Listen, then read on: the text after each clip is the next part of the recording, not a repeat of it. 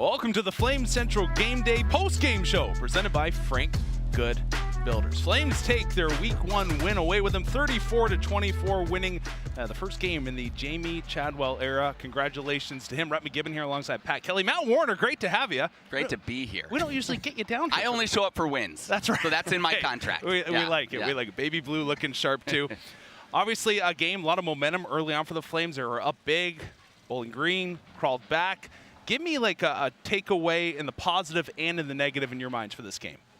My first takeaway is that the offense looked crisp at times. You know, you have almost 400 yards for the game. You rush for 246. Probably would have been about 265 if they hadn't taken knees towards the end of the game.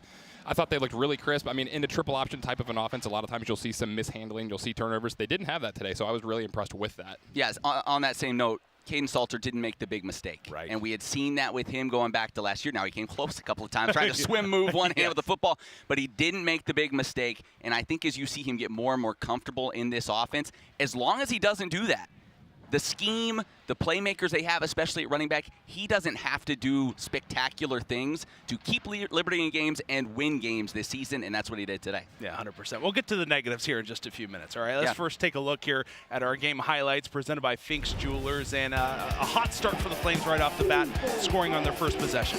Yeah, I mean, you really couldn't have asked for a better start out of the gate. You've got a couple big plays on that first drive, get the crowd into it, kind of get the juices flowing a little bit, able to punch it in for the touchdown there. Liberty couldn't have asked for a better start to the game.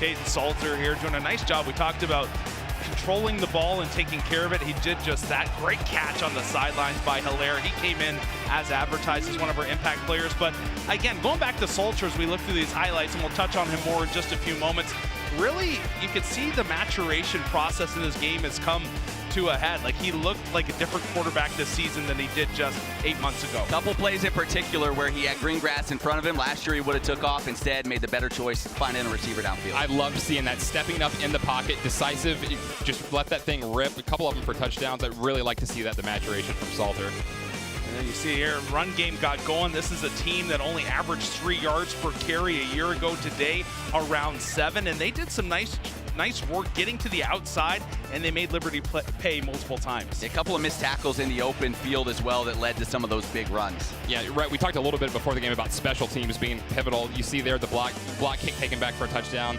Kept Bowling Green in the game for sure. Yeah, that was a huge momentum turner in this game. That blocked field goal that returned for 6, then the extra point went in. That was a nice play there. A little mesh action opened up the tight end. I loved seeing that. I mean, you had a little bit of a switch route by the receiver and the tight end, opened the tight end up because the safety got pulled, ran with the receiver. Really awesome play design by Willie Korn in that offense. One area you have to give a lot of credit to is the Falcons, the moxie going for it on multiple 4th downs. Yeah, and also the guts of bringing in the backup quarterback Orb. He was a game changer. He was a spark for them. If they hadn't made that move, I don't think they'd get back into this ballgame. Yeah, 100%. He had some beef to him as well. Took a couple of big hits. That was the final field goal for the Flames. Eventually iced it, and again, they would take it by a score of 34-24. Let's take a look now at our final stats presented by Haley's Appliances. And we're not used to seeing this in a Liberty Flames team from years ago. The rushing yards, north of 200. Yeah, I mean, they did a really good job again. I think the scheme by Korn and that team coming in today, really awesome. Again, they would have been 250, 260 had they not taken the knees. I'm impressed with the 3rd down conversions there, 42% on the day. Last year, they came in somewhere around 32, 33%. Sustaining drives, Joe said it before the game, is really important. If you're Bowling Green, though, you have to be kicking yourself. You leave town, those 5 turnovers, the 9 penalties, and you were still right in this ball game late. You feel like you could have come in here and stole one today. You just didn't get it done. I think one area for Liberty as well, 5 turnovers, you only scored 10 points off those. Yeah. In the future, that's going to have to improve.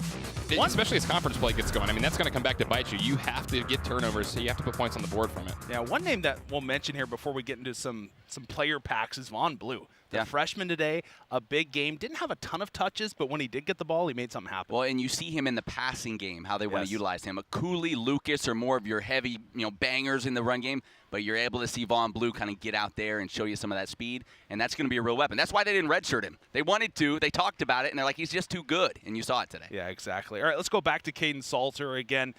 We talked about taking care of the football last year. That was a point, the Virginia Tech game comes to mind where he fumbled it multiple times and the Flames would go on to lose that game. So we're really curious to see what he would be like in this game, especially in a triple offense or triple option offense where you're making tough decisions. And I think he came out in the first game with a decent grade, like B+ for sure or higher. I think he made a lot of the right reads, getting the defensive end to collapse. He pitched when he needed to pitch. The first half, I think, was much stronger than the second half. Still some things to maybe coach out of him. Matt mentioned kind of the ball up above his head like he's palming it like a basketball player. They're going to watch that on film and be like, do not ever do this again. But largely, commanded this offense. They were effective the entire day. Well, you have to assume he's only going to get better the longer he's in this offense. So to start here, if this is your starting point, you will absolutely take this. A great first time out. Yeah, you look at the first half stats, 8 of 14, 103 yards, 75 yards on the ground. He threw a touchdown. Second half, only threw the ball 6 times, went 3 of 6, 40 yards, still had a touchdown, that one to Henderson, and then only 7 yards on the ground after that. So they kind of toned him down a little bit. But again, overall, I think Jamey Chadwell comes out of this game saying, hey, we got through it, and it was a solid win for this young man under center.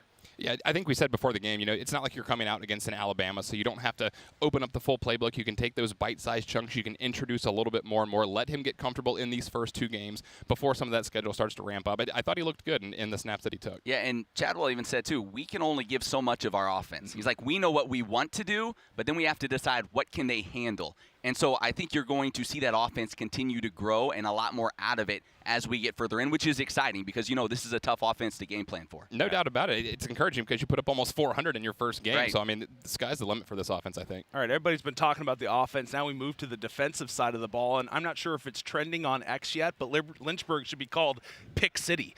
5 interceptions on the day, and, the backfield, just, wow, getting it done. So athletic.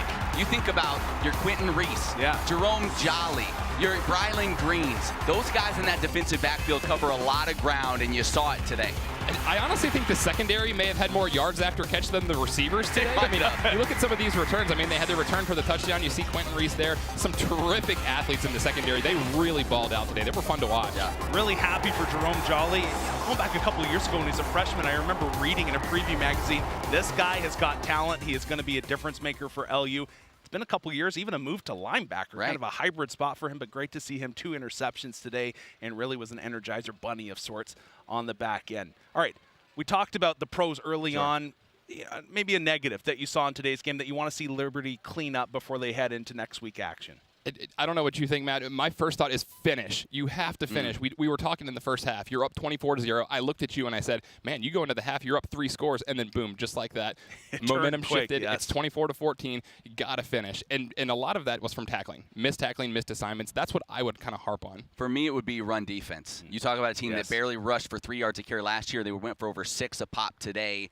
And some of that was those linebackers coming down and just not making a tackle in the open field. Some of it is not having Kenny Charles out there. That's you true. lose that anchor in the middle, that guy who can really just stand up the offensive line. You lose that. We'll see for how long, but that's a huge, huge issue moving forward if he's not going to be there for a while. You've got to have some of those younger guys step up on that defensive line, specifically in the run defense. I don't want to sound like a broken record, but I feel like we always talk about special teams play. Obviously, the block kick turned into a touchdown. Are there concerns there for you guys? Listen. The Lindering kid, this is what you want to see at the end of a game, right? I'm sure Jamey Chadwell, the last thing he wanted to do was have to run his kicker out there in the same end zone it got blocked earlier. But he stepped up, banged it through, and he's riding high after this ball game. A kid that hadn't kicked a field goal, I believe, in his career prior to today. So a lot of confidence there. A good place to start for him moving forward as well. I liked seeing it that they ended the game with the made field goal rather than a reverse order. Before the end of the half, you had the block kick taken back for 6. I'd rather see it occur that way, finishing on a strong note. And that's where I think this coaching staff has a lot of things to critique going in. Yes. Think about on that block kick. What happened the play prior? They got the hard count, got the defense to jump off. They didn't snap the ball. That would have been a first down. Instead, they don't get it. They kick, block, goes the other way. So it's those little things that can be the difference between winning and losing. Liberty has some stuff to clean up, certainly, but they found a way to close it out in the end. All right, we already mentioned Von Blue. Who's a newcomer that impressed you today outside of him? I think Aaron Bedgood. He was more involved than I expected. We saw him in the kick return. We saw him, he took an end around. He caught a couple of passes. He was the Coastal Carolina transfer, so he knows this offense, and they utilized him a little bit more than I expected today. Not necessarily a newcomer, but you mentioned Jerome Jolly. To me, he's a newcomer in the role that he's in, now stepping up, playing consistently. For me, he's the guy that really stood out today. All right, still a lot more football to come this season. With that now, we take a look at our Lynchburg Regional Airport upcoming schedule. And next up for the Flames, this one I'm sure Liberty has just a bad taste in their mouth going back to last year. New Mexico State comes to town. Diego Pavia makes this long-awaited return. That's right. Will he be able to do it again? That's going to be a fun game to watch. And yeah, I'm sure, not so much the coaching staff, but the players are going to be like, oh, I know ready. For a fact some players have said they've been waiting for this one. That was a funeral last time New Mexico State was here. We all found out Hugh Freeze was leaving before the game. They want to put a little bit better foot forward in this one the second time. I'm going to say this about New Mexico State. They're going to come in. They need a win. After losing to UMass, who a lot of people picked to be the worst team in the country coming into this season, they're going to be hurting if they start off 0-2. I just want to kick things off. I'll put this on the record now. I'll go out there and say I think Liberty takes New Mexico State with this little bit of a revenge game by 28 points. All right. I like it. You're not going to be here to talk about it. So, yeah. I like what you're doing there. Following week, September 16th, Liberty first time on the road. They head up to Buffalo.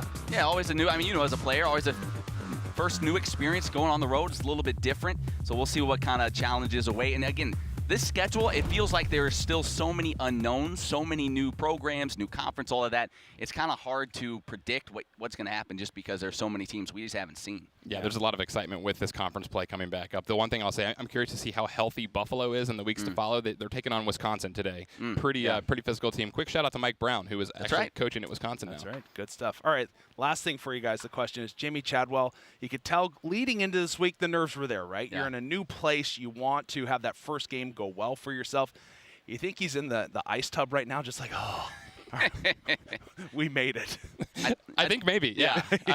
I kind of equate this to like it's a first date, right? There's, your hands are clammy, you've got the pressure on. I think now that we got the win, the first date went well. Things should be okay.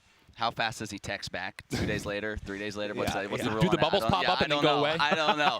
But I know he made us nervous heading into the game. Like just the way he was like, I don't know. Yeah, there's a lot of anxiety. I was nervous. I didn't expect to see, certainly not the offense, hang 34 today. Yeah, so there has to be a little bit of a relief and also a little bit of confidence knowing, okay, the game plan that we have, it's worked with these guys. They're getting it. They're understanding what we're trying to tell them. Got to give credit to Orlando Magic Jonathan Isaac that was on the pregame show. His score was pretty close. He said 38. Good for him. He was right on there. I guess elite athletes, they just have that sixth sense, right? All right, Matt Warner, Pat Kelly, great to have you guys on. We'll be back next week. Game time at 7. Pregame show starting at 6 against New Mexico State. Thank you so much for tuning in once again. 34-24 in favor of the Flames. A big game from Kaidon Salter.